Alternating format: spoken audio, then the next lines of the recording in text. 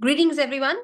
My name is Chandani Jaswal. I'm a co-team member here at Karwaan, the Heritage Exploration Initiative. We are a student-run organization who are trying to make history more accessible to public. This is a special lecture being recorded for the Karwaan Indian Art Appreciation Workshop, which has been curated by myself and Srishti Jain. And tonight we are joined for a specialist guest lecture by a historian par excellence, somebody who is I've been very fortunate to have connected with many years ago, and somebody who has done immense amount of work for the architectural history of Mughal India, Dr. Mehreen Chida-Razvi. Dr. Mehreen Chida-Razvi is an art historian specializing in the art and architecture of Mughal South Asia. She's the Deputy Curator of the Nasser the Khalili Collection of Islamic Art and the in-house editor for their publication series. She's also an assistant editor for the International Journal of Islamic Architecture, IGIA as we know it in the art history world, and regularly teaches courses and lectures in Islamic and Indo-Islamic art at universities and museums in London. Ma'am has also been a part of the Lahore Literary Festival, where she was a couple of weeks ago. And she's also been participating in the Victorian Albert Museum short course that we've had. So I've been fortunate to have attended these in online capacity and have learned so much from these.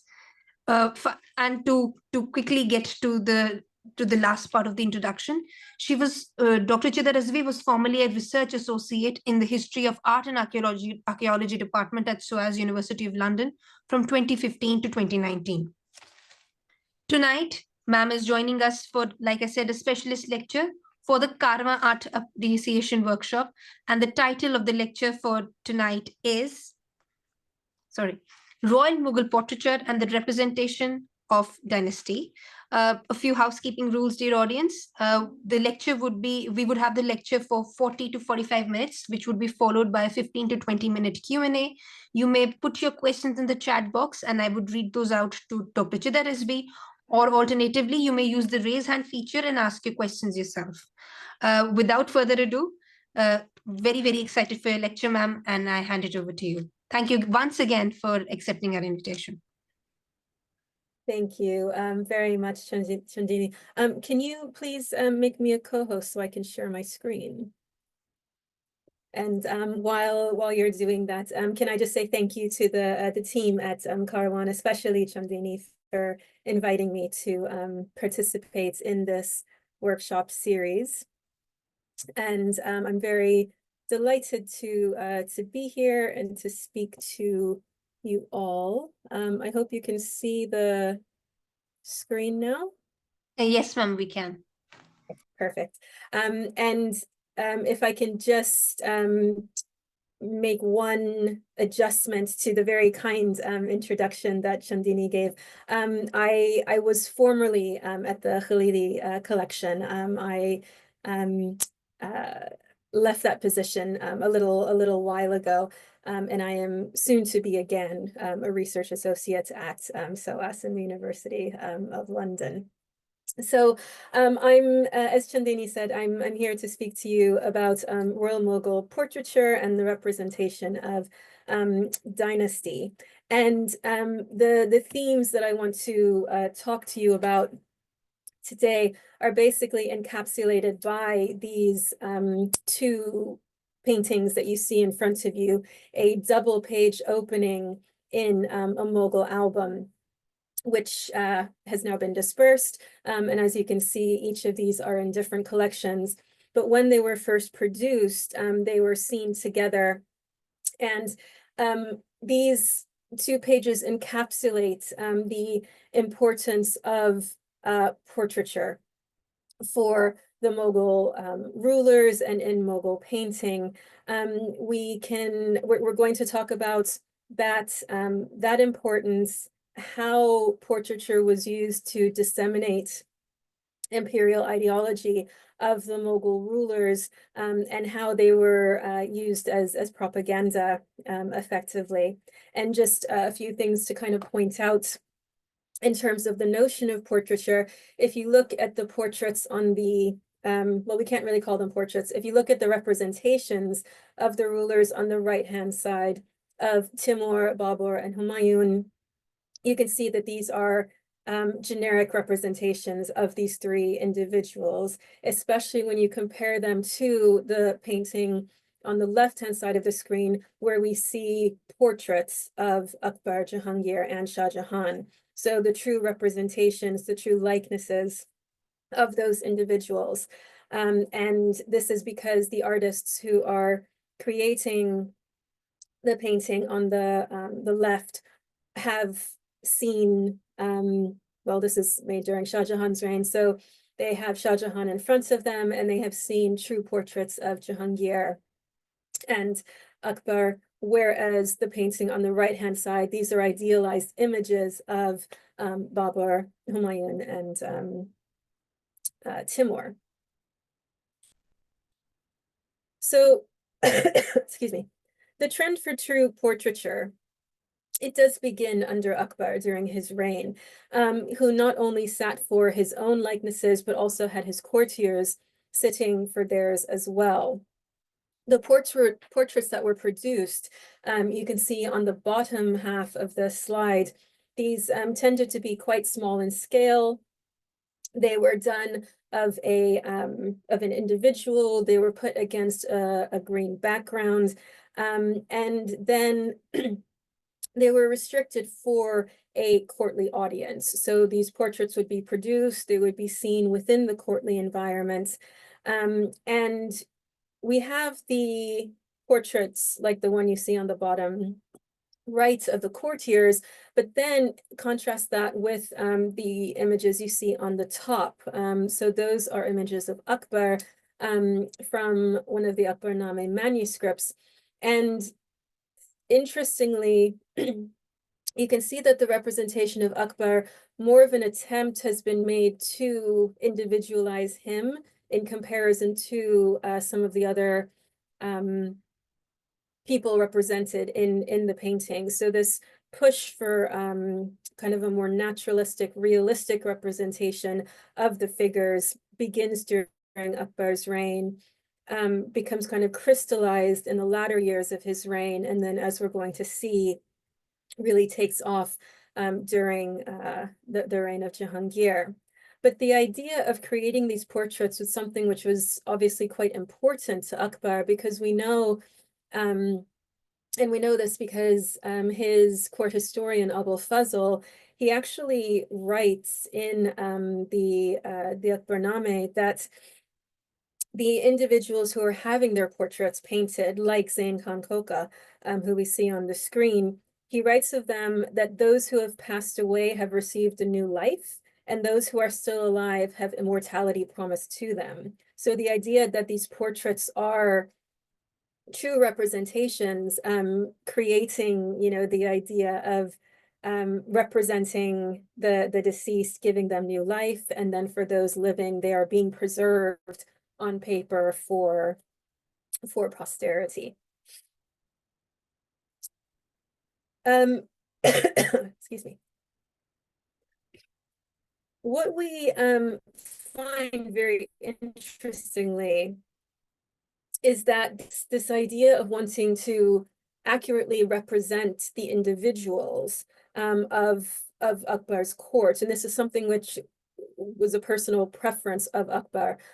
We also then see that there is a shift, if we can say that, in the types of paintings being created which are portraying Akbar himself. And what I mean by that is that we have the likeness of the emperor, the likeness of the courtiers being produced, but this idea of portraiture extends a little bit further in the activities in which Akbar is depicted. Because when we're looking at these kind of paintings, so, as I said, these are from an illustrated Akbarname, the history of Akbar's reign, we have to remember that what we are seeing depicted has been specifically chosen for pictorial representation within these histories. And what we see is representations of Akbar carrying out certain acts which are important for reflecting his kingship, for reflecting his position. And so that idea of portraiture, we can extend just a little bit to not only the creation of the likeness being created on paper, but the kind of totality of these scenes representing a portrait of Akbar as a ruler. Now, one of the things I should say, and if I go back for a second, I think that it'll be a bit more evident. In the Akbarname, we have multiple images of Akbar which are produced. But when we look at them, as I said, that there is a differentiation in how he is portrayed as opposed to others who are a bit more generally depicted. And I think you can see that on the top right-hand side of the screen. But you can also see in the portrait of Zain Khan Koka that there has been much more of an attempt by the artist to create a true likeness of the individual. Whereas in the Akbarname, you have the representation of Akbar, you have the individualization of Akbar more so than other courtiers, other members who are being, put onto the painted page. But the idea that these are true portraits of Akbar, we're not there yet. And I think that's because we're having this history of the reign being produced, and we're having him being depicted at different stages of his life. So we don't get that stark reality of individuality, for example, that we see in Zain Khan Koka. We don't have that in the Akbarname, but we have later drawings, later paintings of Akbar, which are more true to likeness, as we'll see coming up.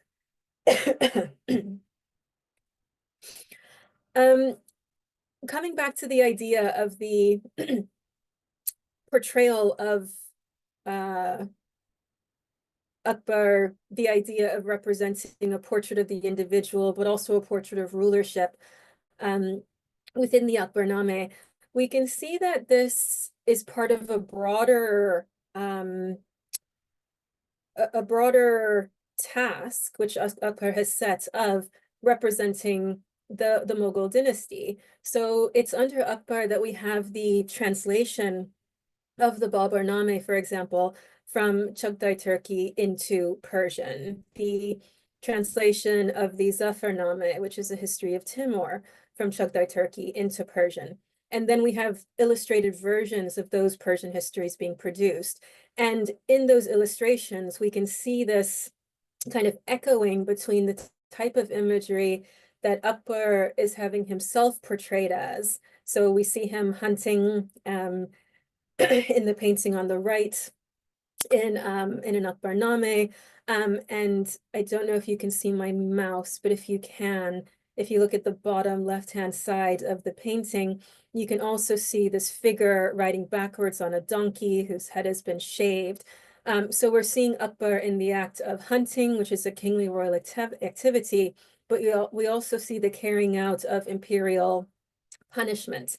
When this particular courtier, Hamad Bakhari, is being humiliated as part of the punishment he has to undergo for, if I'm remembering correctly, he might have accidentally almost hit Akbar with an arrow. I might be remembering that wrongly, but he committed some act, and this was his punishment. So we have that representation of Akbar. And then you can see on the left-hand side in an illustrated Babarname that we have the act of the hunt again. So Babur hunting, which is again the royal act, the fact that it's happening within the Kamarg. So this visual echo of representing kingship and the idea of this wider genre of portraiture in the portrayal of rulership and kingly activities. And just sticking with Babur for a second, we have this other painting from Babarname, which again shows Babur in the act of just before he leaves for a military campaign. He's carrying out a typical Timurid act of saluting the standards. So he has a bowl of mare's milk and he's like splashing it onto those military standards in front of him. And this is speaking to the idea of legacy and dynasty in multiple ways. So the fact that Akbar is having the illustrated Bamar-Name produced, so speaking to his ancestor Babur, the founder of the Mughal dynasty, and the fact that Babur is depicted carrying out this tradition associated with the Timurid heritage of the Mughals, because they were, of course, descendant from Timur. So I already mentioned that there is this push during the latter part of Akbar's reign to create portraits of Mughal courtiers. And we have so many surviving examples of them. And so here we see in this page from the wonderful Gulshan album, this compilation of 4 different portraits which have been put together on this particular folio. We can see that there is a uniformity to how these courtier portraits were created. They are full length. They are, 98% of the time they are in full profile.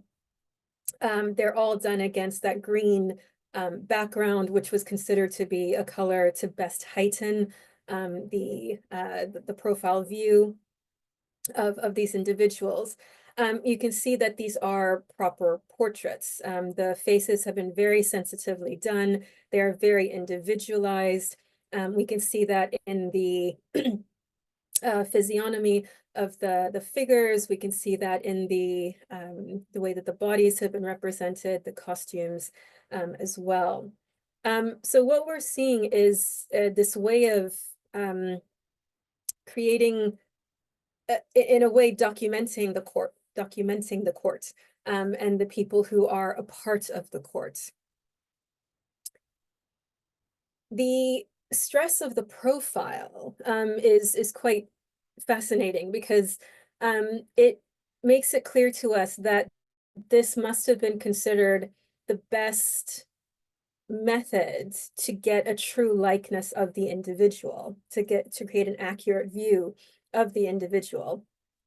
So you get a precise outline of the forehead, the nose, the chin, and then the body you can see is in a 3/4 view. So the whole positioning of the individual doesn't quite mesh, but it still was done to create this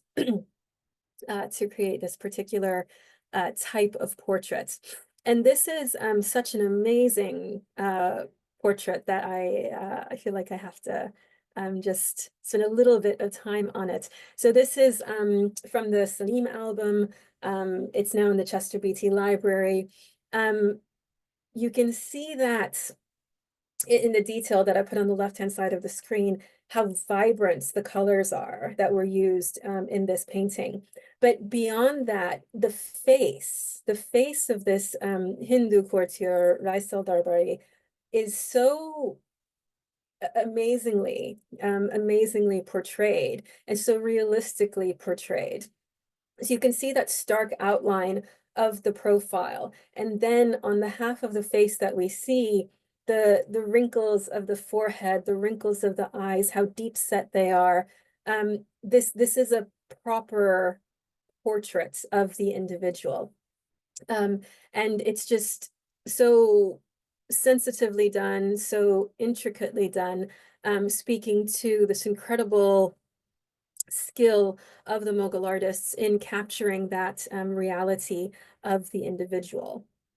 And it highlights for us the fact then that these are portraits based on a sitting person, right? These are artists actually observing the individuals that they are making the portraits of. And so they are images that are taken from real life. And that, as I said, is something which becomes the norm during the later parts of Akbar's reign, the latter years of his reign. And then once we get into the Jahangiri period, it's just, it's taken to new heights. this element of portraiture, this reality of portraiture, is one of the things which sets Mughal painting apart from the rest of the artistic production happening in the wider Islamic world at the same time. So when we think about the contemporary dynasties of the Safavids and the Ottomans and the paintings which those courts are producing, they're wonderful, but they lack they lack this reality that we see in Mughal painting. It will take another 150 years from this point for the Safavid artists to start making, you know, kind of proper real portraits. No, maybe I shouldn't say that, because we do have a portrait of Shah Abbas. Anyway, it takes the other courts quite a long time to catch up with the Mughal artists in their ability to create these real portraits. Now, why is this happening? It seems to be tied to the desire of the Mughal emperors to record the world around them, to depict the world around them. And we see this in the visual evidence which is presented to us, but we also see this in non-visual evidence as well. So, for example, reading the court histories, not only the biographies, but also the autobiographies, we can see that there is this real focus and interest in what is happening in real life. And I'm thinking specifically of the autobiographies of the Babur-Name and the Jahangir-Name. Those really show how aware these two individuals, Babur and Jahangir, were of what is happening around them.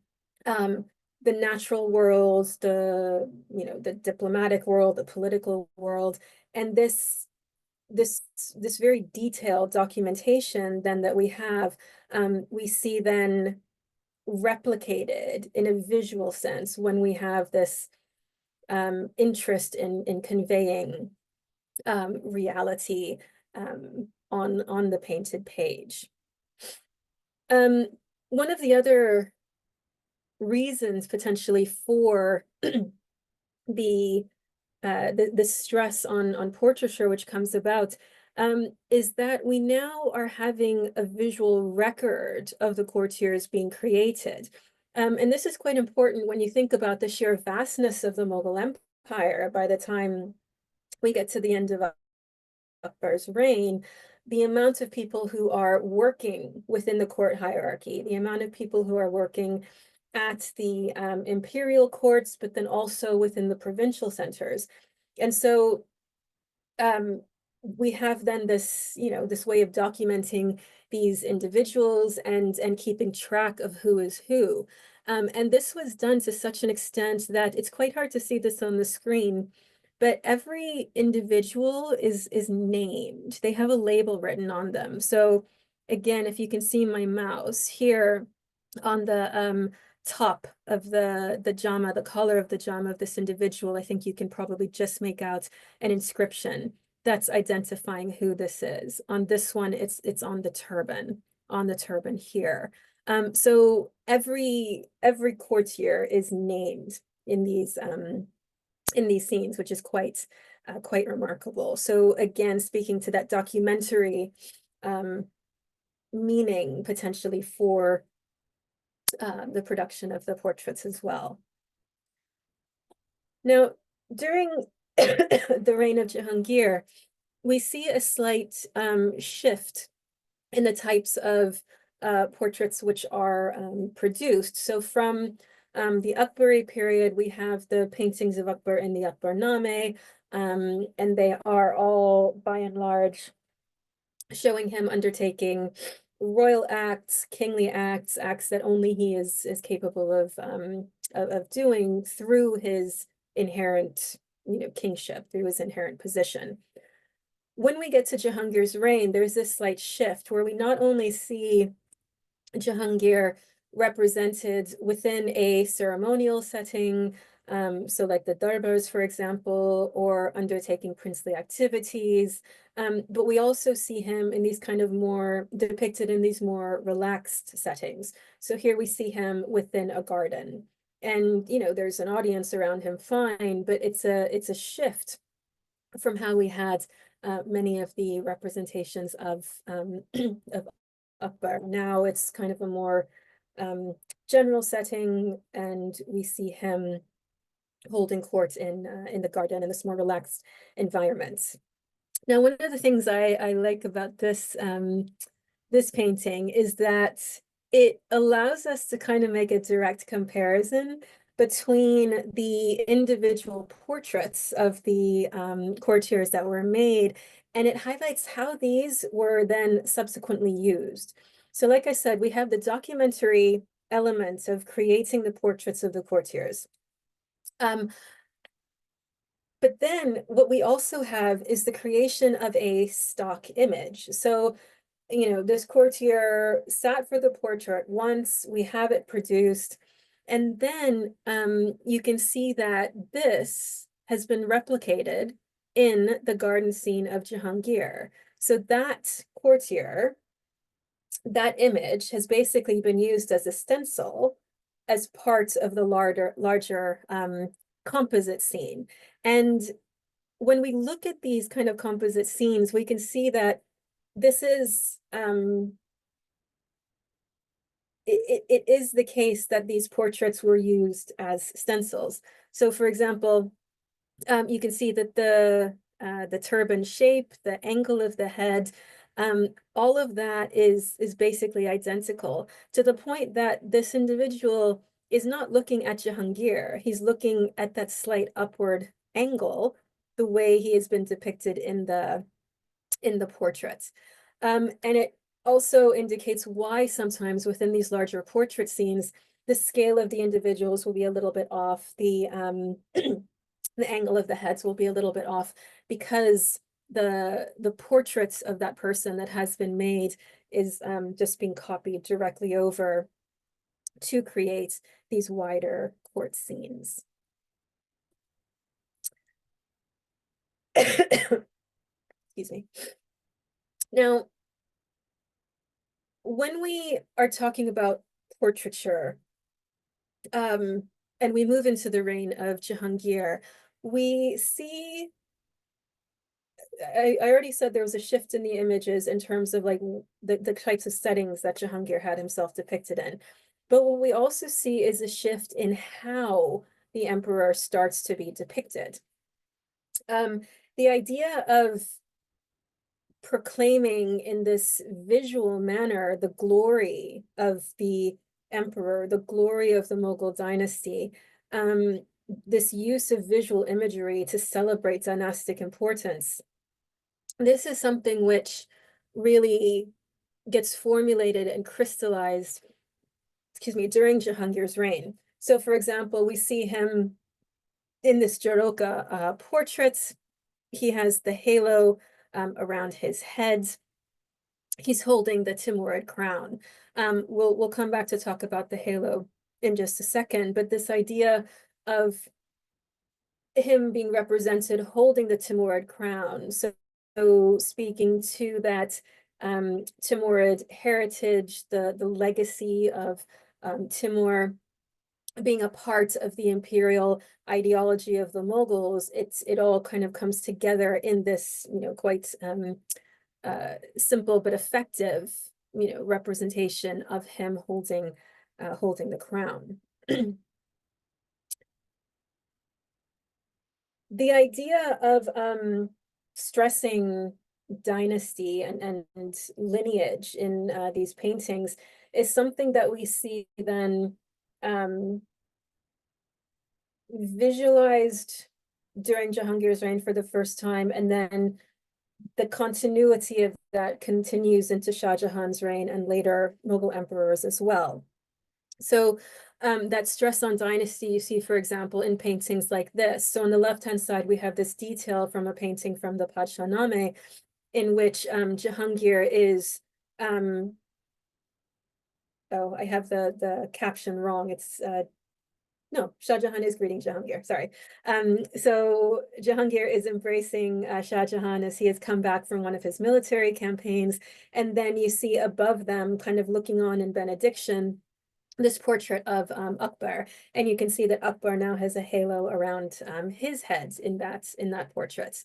And then on the right-hand side, you can see this album page that has been put together of, the two portraits at the bottom, but where I want you to focus is at the top, the idea of pairing the portrait of Jahangir with the portrait of Akbar. So the father and son represent together, so that visualization of heritage and lineage. So these are just two examples of many which stress that visual line of heritage and lineage being depicted on the page. Now, in addition to the idea of representing the Mughal lineage, we also have the idea of creating imagery that shows very clearly the divinely ordained element of the Mughal imperial ideology of their kingship. And they, the Mughal rulers considered themselves the shadow of God on earth. It's one of the titles that Muslim rulers tended to use. And the idea of them being divinely ordained to rule over their empire, this idea was boosted in many ways. And visually, this was done through the widespread use of solar symbolism to create the idea of a dynastic aura around the rulers. And from the time of Jahangir, we have the use of the halo as a very bold, very immediate visual symbol of this divinely ordained kingship, of this concept of Fareh-Azadi, that there is this inherent light emanating from rulers. And it's an ancient Iranian notion of kingship, which the Mughals very, very much adhered to. And Abul Fazl writes about it within the Akbarname in relation to Akbar. And so that divine kind of emanation from the Mughal emperor then gets passed from father to son. And we have the visualization of it during Jahangir's reign with these depictions of the halo. And some of them are incredibly, fantastic, like the one you see here on the page. And the halo was then retroactively applied to paintings of Akbar that were produced from Jahangir's reign onwards. So the predecessors of Jahangir also then get this visual distinction of being portrayed with this light emanating from them. So it's again this kind of way of visually showing within these portraits the movement of that divine right to rule from father to son, father to son. So in this, portrait of Akbar, created a posthumous portrait of Akbar, we have that halo around his head, but we also see these other symbols of him being a divinely ordained king. Most prominently, the fact that we have these angels descending from heaven, one of them holding a crown directly above his head. And there's other elements of symbolism in this, but we don't have time to go into that now. But those ones I just wanted to highlight.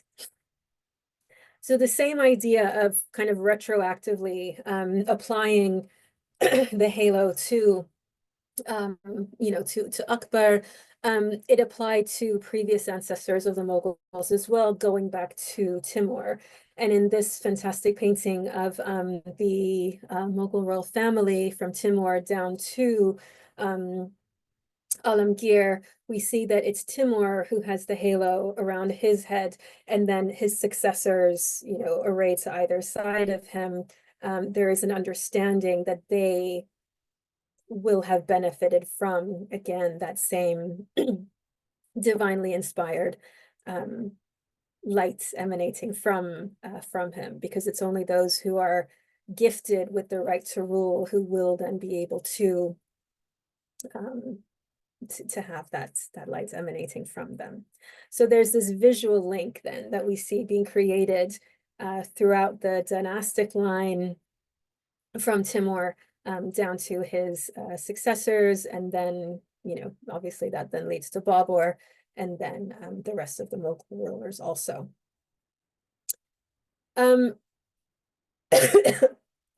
Even as a prince, Jahangir, well, Salim before he became the emperor, Jahangir, it's very clear that he was incredibly aware of how the visual image could be used to promote oneself.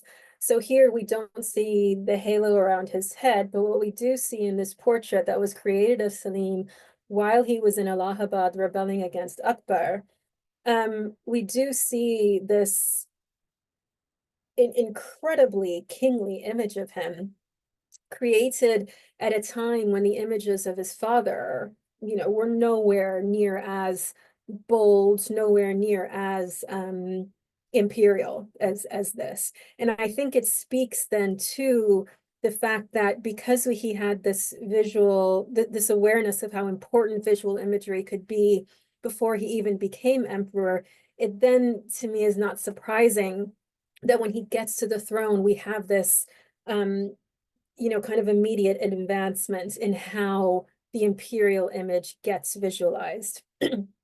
And that then shift to the portrayal of the visual portrayal of having this divinely inspired right to rule becomes so so evident so quickly. And this is supplemented. So we have that visualization, you know, in this fantastic allegorical painting of Jahangir preferring a Sufi Shaykh to other individuals. That idea of having the visual representation of kingship is supplemented by the stress on the dynastic line, in this particular case through the inscription which accompanies the painting. So you know, in that second line you can see that the inscription specifically states that Jahangir is the son of Akbar the emperor. So that's link from father to son, and the link of rulership and lineage could not be made more clearer, you know, in this particular painting. Now, this was just one of a series of allegorical portraits of Jahangir, which portray him as the supreme ruler of both the spiritual and the temporal world. And there is, you know, this series was done either during or shortly after Jahangir's court was residing in Ajmer for a period of 3 years between 1613 and 1616. And on these allegorical portraits, Susan Strong from the V&A, she writes about the fact that these are very complicated visual allusions to the Timurid heritage of Jahangir, that all of these were based on dreams he had during his stay in Ajmer, and that the paintings are combined with these very minute inscriptions on them, which speak to the role Jahangir had as a dispenser of justice, that speak to his lineage.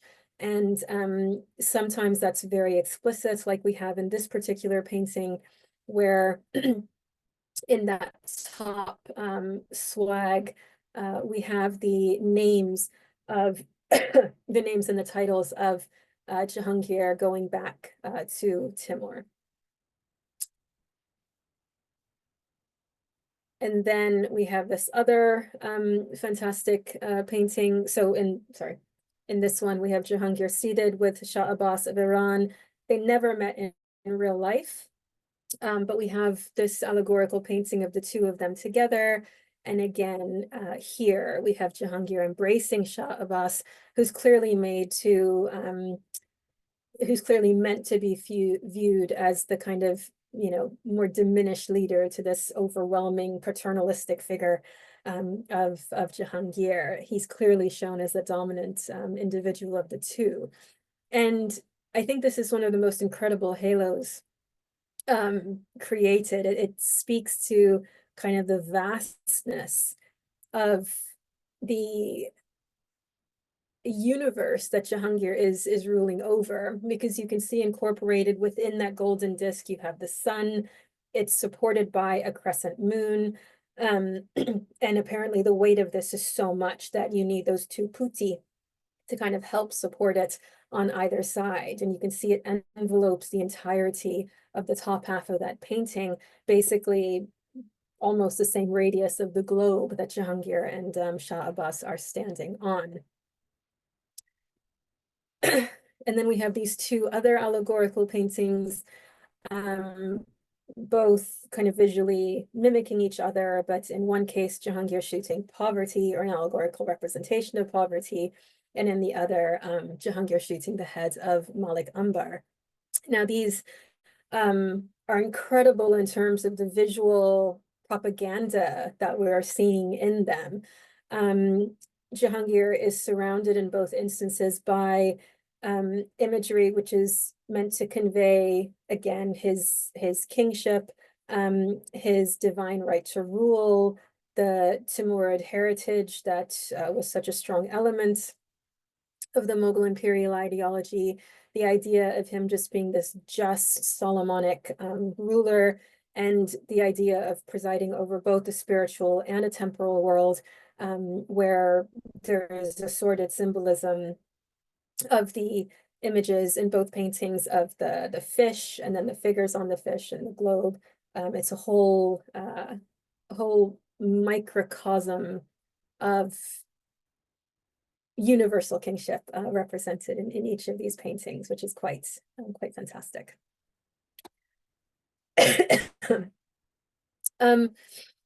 This notion of universal kingship and the role that portraiture plays in presenting that is really important, and it's kind of exemplified by this paired double page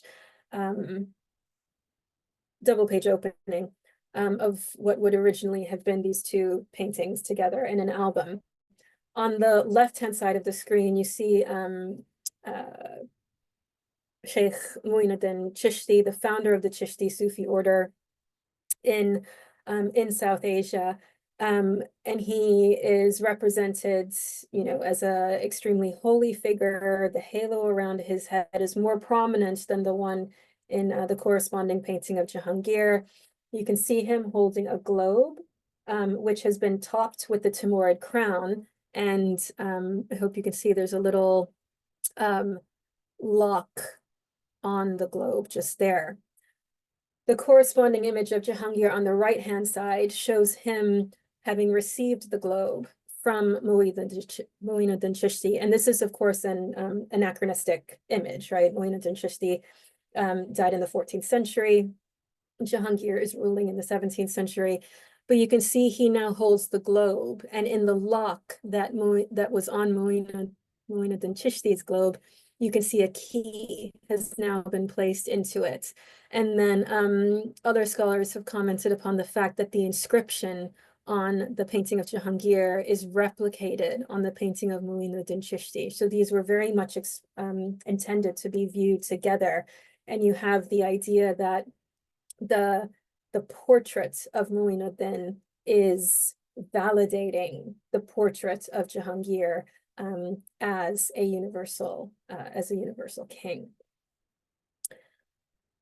The idea of the portraits as validation can be interpreted and used in multiple ways. So here we have, and I'm sorry, I realize this, I only just realized this is a little bit of a fuzzy image, but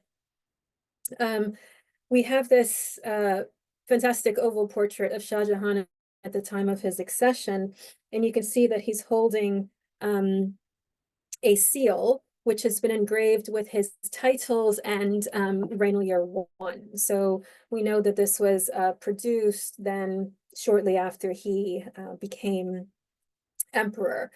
Now, we also know that the circumstances under which he became emperor were a little bit messy. He had been effectively in exile in the Deccan in the last few years of Jahangir's reign. He had been replaced as heir apparent by his brother Shahryar. He was in the Deccan.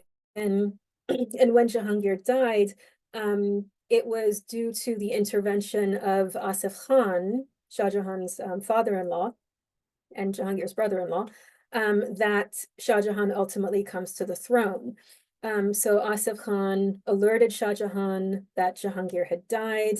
He stopped Nur Jahan from being able to influence the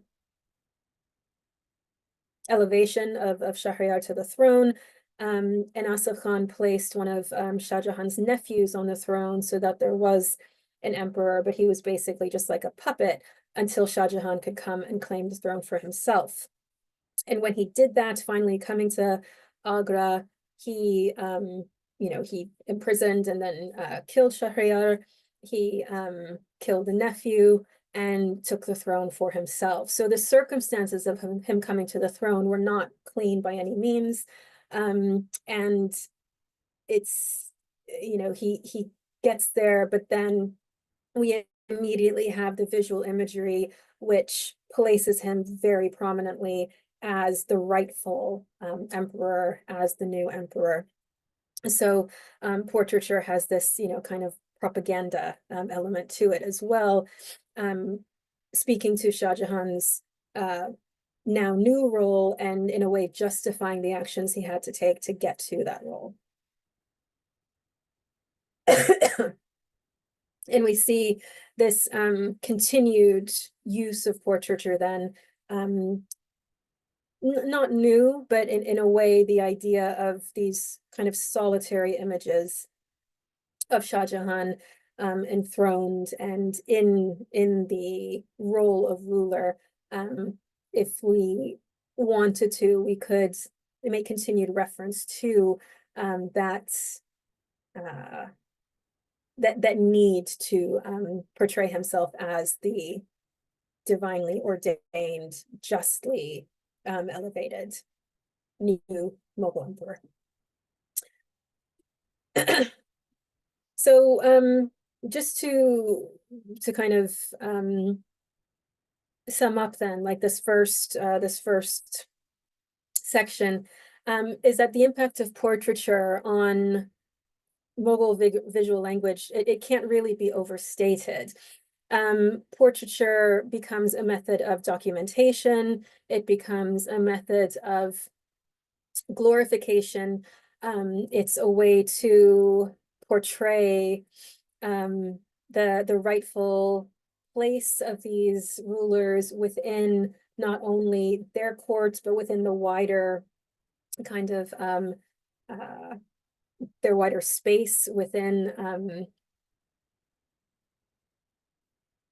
I want to say the universe, but that might be like too grand a statement. But they did consider themselves universal kings, and we have this visual imagery which is all being produced to promote these ideals. Just to de-elevate it just a little bit, coming away from that kind of universal element of that portraiture could have been used for. We also see just how important it was, again, at a documentary level, but then also as a way of honoring individuals. So I've shown you portraits of courtiers, so nobles within the courts. Obviously, we've seen the emperors, but we also have images like this, which are documenting individuals, but then showing the importance of the people who are actually making the images and making the portraits, and showing how they are aware of their role in the creation of this visual language. So in this page from the Gulshan album, we can see in the borders these wonderful portraits of artists at work. And these are done by the artist Dawlat. He is the one at the bottom of the page, sorry, bottom left of the page, holding up that scroll, which has his name and the date written on it. And he has not only included his self-portrait, but portraits of the artists Govardhan, Bishandas, Manohar, and Abul Hassan as well. And so this documentation of these artists as their, their true selves within this incredibly beautiful royal album, I think is very speaking to, again, how important portraiture how important it was, and the different uses to which it could be put. Now, I think I'm running a bit short on time, so I'll go through this next bit a bit quickly. But just to come back to how important portraiture was when it came to creating, well, to representing dynastic importance, I just wanted to focus in on this painting for just a second. So many of you might know it. It's called Princes of the House of Timur. It was painted by the two head artists of Akbar's atelier, but it was done while Humayun was still alive, and it originally represented Humayun in a garden pavilion and Humayun's ancestors. This, I mean, it's an incredibly fantastic composition. And what's really fascinating about it is that when you look at it now, you can see in the central pavilion Humayun, and in front of him, Akbar, Jahangir, and Shah Jahan. And if you look around the pavilion, you can see that there are individuals who have been painted in a purely Safavid manner, moon-faced, very generic, and others where we again are seeing portraits of Mughal princes. So behind Jahangir, behind Humayun, and then, so we're seeing this incorporation into this painting of later additions. And if I zoom in for a second here, you can see that I think quite well. So we're seeing the different generations of the Mughal line being depicted in this painting. And what happened is that although it was originally painted for Humayun, and it showed the line going back to, again, the Timurid line, going back to the Timurid ancestors, it's quite likely that when Jahangir came to the throne in 1605, he transformed the painting. So he now changed it. So it was an allegorical depiction of Timur with his descendants. So coming down on either side, we then have that line going back to Timur. So, and he added into this painting his own portraits, Akbar's portraits, and his two eldest sons, Khusro and Parvez. Parvez is the figure here standing behind Jahangir, and Khusro, who rebelled against Jahangir, was later painted out of this, so he's been removed. And then we know that when Shah Jahan came to the throne, he then added himself into the painting and his heir apparent, Dara Shikoh. So we have in this one image, this kind of multiple references to how important it was for these rulers to represent themselves within this corpus of the dynasty, going back to Timur.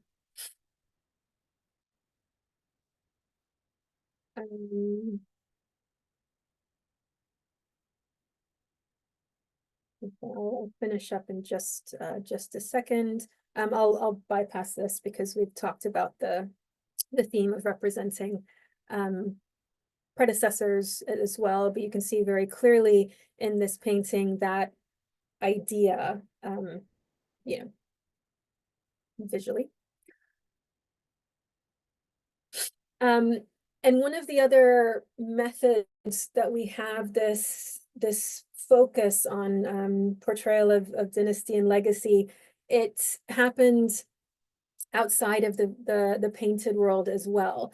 So one of the kind of very important markers of this is this great Royal Spinel, currently in the Al Saba collection in Kuwait, and actually at the moment on display at the V&A, in the great Mughal exhibition that Susan Strong has curated.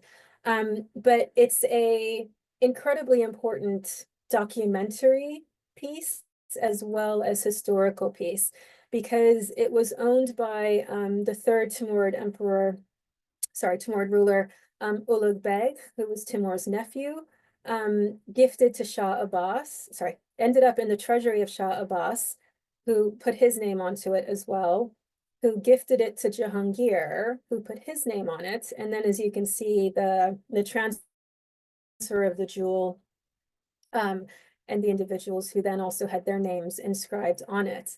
And this, again, is speaking to how important the Timurid heritage is for the Mughals. And it seems that Jahangir had it inserted into a turban ornament, and it's possible that that's what we see in the painting on the right, and that he gifted it to Shah Jahan.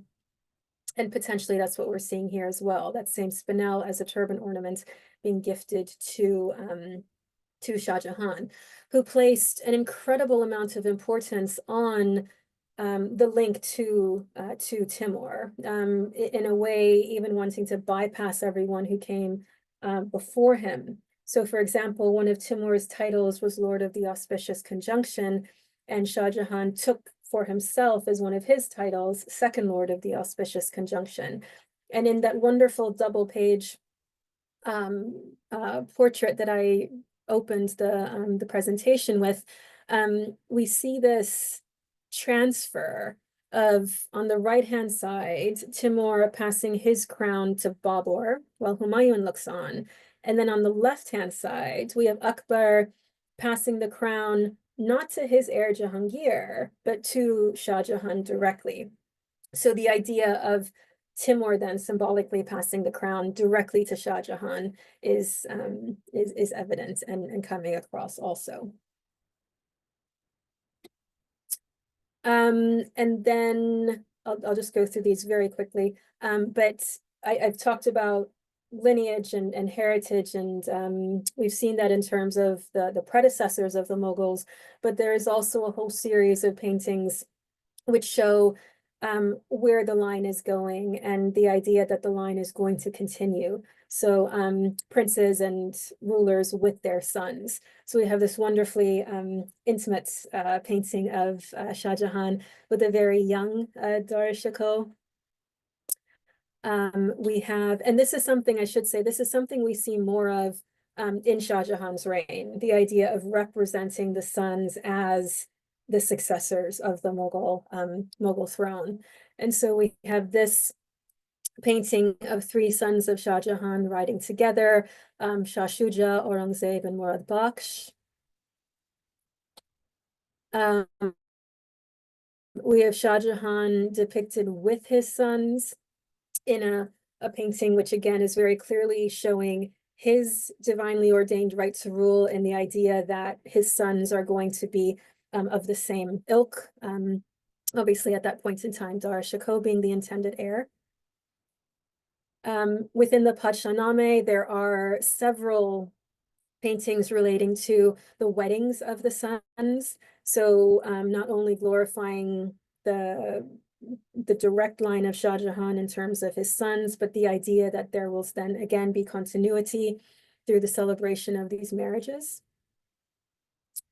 And here is another one of those paintings from the Padshah. the wedding procession of Shah Shuja.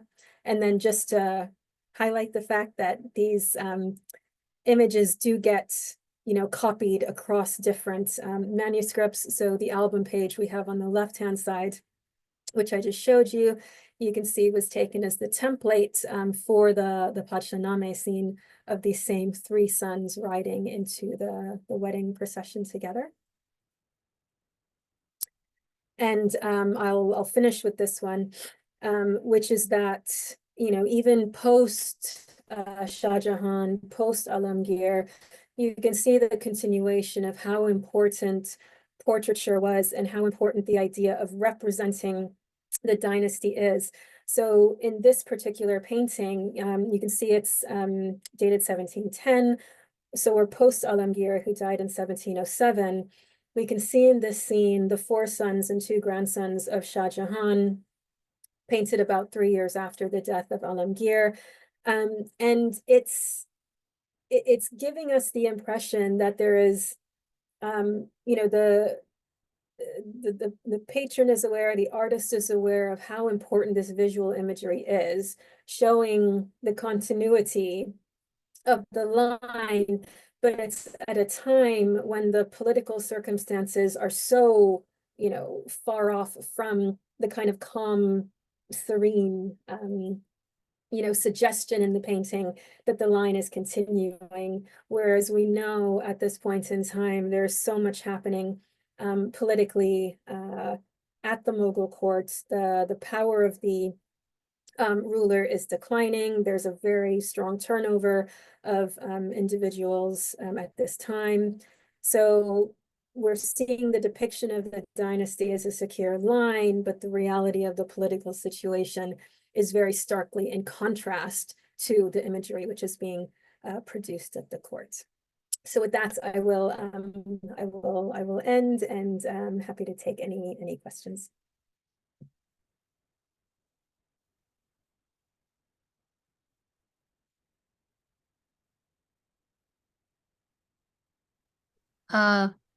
Thank you very much, ma'am, for this very, very enlightening and illuminating talk.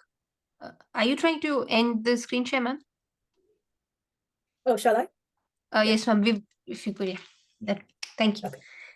Thank you very much, ma'am, for this very, very enlightening talk. I had 15 questions of my own, but due to paucity of time, I'll email those questions of mine because we have a lot of questions in the chat box. So Okay. if you would allow, can we please take an additional 10 minutes because we have a lot of questions from the team, from the participants. Thank you. Thank you, ma'am. So ma'am, Puneet asks, what is the actual size or scale of these paintings? It depends on it depends on the painting. So most of the paintings I showed you are from manuscripts or from albums, and those will be, let's just, anywhere from like that size to like a little bit narrower. So kind of a typical manuscript size. Most of the ones I showed you are full page illustrations as well. The largest painting I showed you was Princes of the House of Timur, which is painted on cotton, and it's, I would have to look up the dimensions for you, but it's, I think it's at least 2.5 feet square, that one. So it's a big painting. Whereas the rest were all book productions. Ma'am, the paintings that were famously called miniatures up until the last century, they're very small, right? So the term miniature is problematic. I don't like using it in reference to these paintings because it comes from the idea of the portrait miniatures within the European context, which were very, very small, like they were proper miniatures. Whereas this is the arts of the book, right? So we're talking about paintings which I guess are on average kind of about that size. What? I don't know what that would be. Maybe like 8 by 10, 6 by 10, 6 by 8 inches. So the imagery within that can be small, but it can also be, quite large. So yeah, I don't like the term miniature. Ma'am, the next question that we have is from Nayana Talwakar, and she asks, there is a difference between the crown of Timur and later rulers. Are the crowns becoming more Indianized eventually? So the imagery of the crown is actually quite fun because the Mughals never wore a crown. We have the imagery of the Timurid crown, which remains pretty consistent. But then what's quite interesting is that when we start to get like in the allegorical paintings of like the crown descending from heaven, occasionally it's the Timurid crown, but more often than not, it's a kind of Western European type crown. So it's imagery which is being taken from a, European context and just being used within the Mughal context to visualize a crown. So no, the crowns don't become more Indianized because they never had a crown that they would wear. Thank you, ma'am. The next question is from Vidya Khader, and she asks, where is the inspiration for these colorful borders coming from? Are these borders incorporated later, or were they painted at the same time? And she has a second question, which is, again, is incorporating calligraphy a feature before Mughal times? Okay, so on the borders, borders can be extremely frustrating because when you have the creation of the murakas, the albums, when they are made, when the Mughal albums were made, the borders were the unifying feature, right? Because within the muraka, within the album, you had paintings of different subjects, and you also had calligraphic samples as well. And so the imagery from folio to folio was different. The calligraphy was different. So it was the borders that were uniform, and made the album look uniform. So for example, in the Salim album, the portrait I showed you of Rais al-Darbari, that is the kind of typical border within the Salim album. And that would have been done at the time the album was produced, right? But the paintings within an album are not all produced at the same time, but the border would have been. Now, the problem happens when we have albums which are later put together, where the album date and the album dates much later, and so the borders are much later than the paintings and calligraphic samples which are being put within it. Then you have albums like the Gulshan album, which is one of the most beautiful Mughal albums produced, where every single border is different, although there's even uniformity in the different folios. So borders are very fascinating and very beautiful, but very, very tricky. The inspiration for them, it really depends, because is it a florally decorated border? Is it, cartouches? Is it imagery? Is it something like the portraits of the artists? So the inspiration, as the question asked, is coming from different places, I would say. Calligraphy as a feature before Mughal times, I might need you to clarify that. Do you mean calligraphy in terms of calligraphic samples being incorporated into albums? Do you mean the calligraphy that we see sometimes in the paintings, which in the cases of something like the Akbarname or the Baburname, it's part of the text? So you get little text blocks sometimes within the images. Or you have like that album page of Jahangir preferring a Sufi Shaykh to kings, where you have the incorporation of the poetic lines around the painting, directly relating to the painting. So it very much depends on where,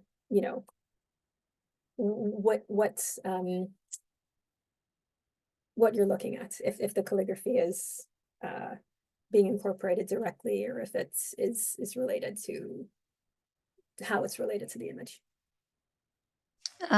Thank you, ma'am. The next question is from Aarti, who asks, what do the various animals represent in these paintings?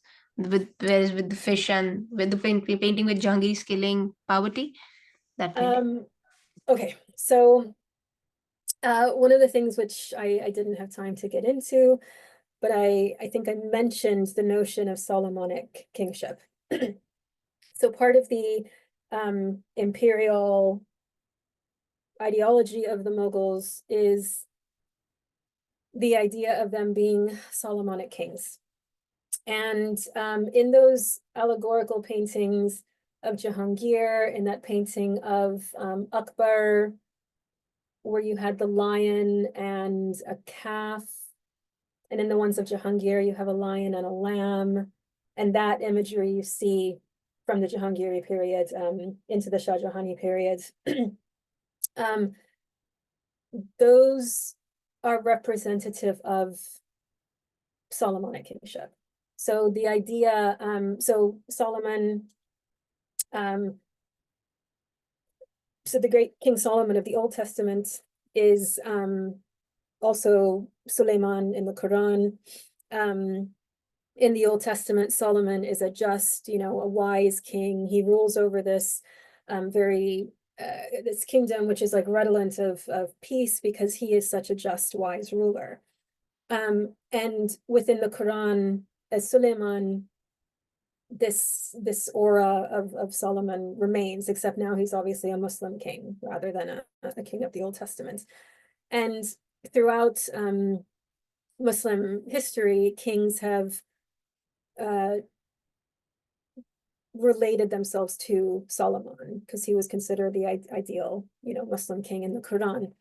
And the Mughals, they take this and they then visualize. And so the idea of the lion and the lamb, or the lion and the calf, kind of, lying together, the idea of predator and prey being in harmony within this kind of perfect Solomonic kingdom, gets visualized in these paintings as a means of representing the perfection of the Mughal kingdom, with the emperors as Solomonic figures. The fish in those paintings has been identified as having both Islamic symbolism, Hindu symbolism, speaking again to the idea of universal kingship that the Mughals projected. Thank you, ma'am. Like, we have the last 3 questions, and after that, if you have any other questions, your audience, please put those questions to me in the WhatsApp, and I'll send those questions to ma'am along with my half a dozen questions. So Vidyaji has another question. She asks, what are the paint mediums and surfaces being used? Did they use oil paintings like their Western counterparts? And a second question is, which is the Mughal painting equivalent to the school of Athens, like the House of Timur? So the paint medium is opaque watercolor. They're not using oils.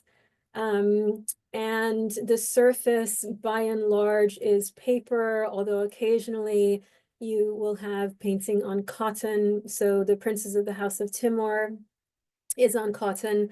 And the great Hamzaname manuscript from the early years of Akbar's reign was on cotton backed with paper. But otherwise it's paper, which is the medium for the arts of the book.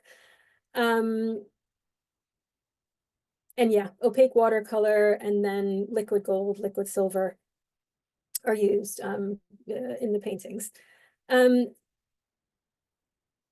Is there a Mughal painting equivalent to the School of Athens?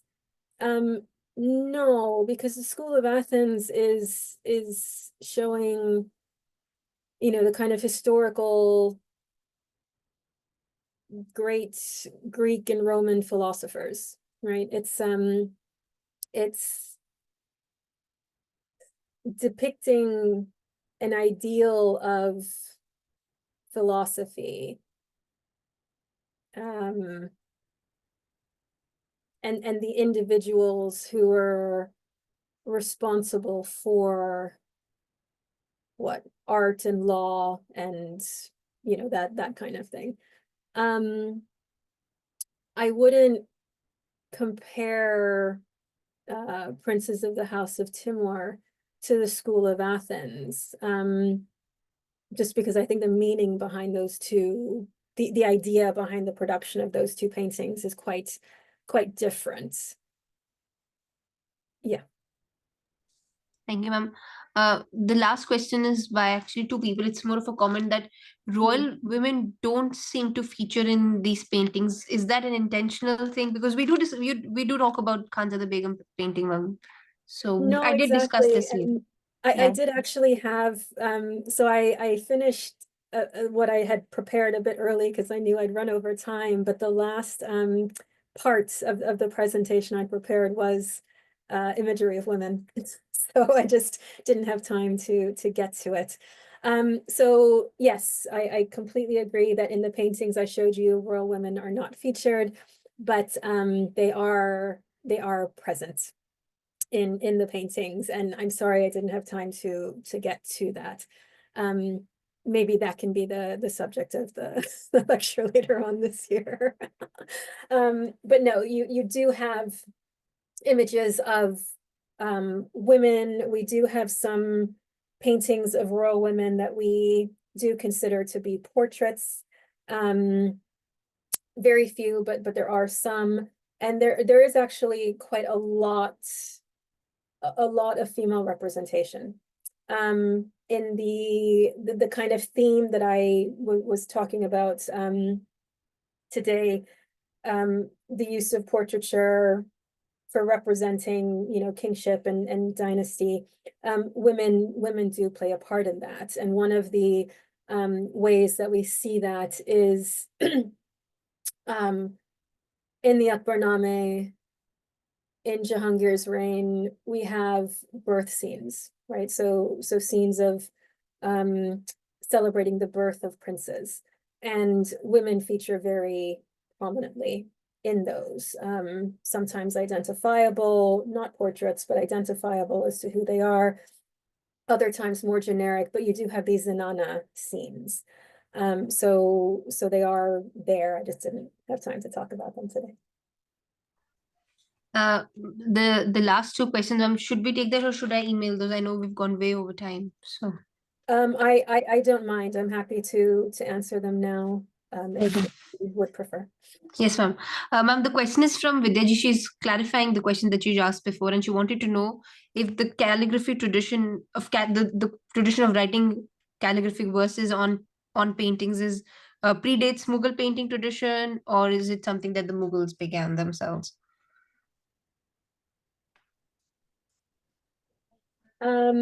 Vidya, I'm afraid I need to ask you to clarify a little bit further. Do you mean like when I said that the individuals in the paintings are identified? Or do you mean like the textual, the text in the painting? If it's the idea of labeling the individuals and naming them, I can't really think of precedents before Mughal painting, because this is, right, the labeling of individuals because we have their portraits. For example, we see Amale Basavan or Shabi Rai Bahaduri, the one that you'd shown. So the Yeah. words that we see in Persian written in black ink, that must have been done by the emperors themselves, right? Sometimes.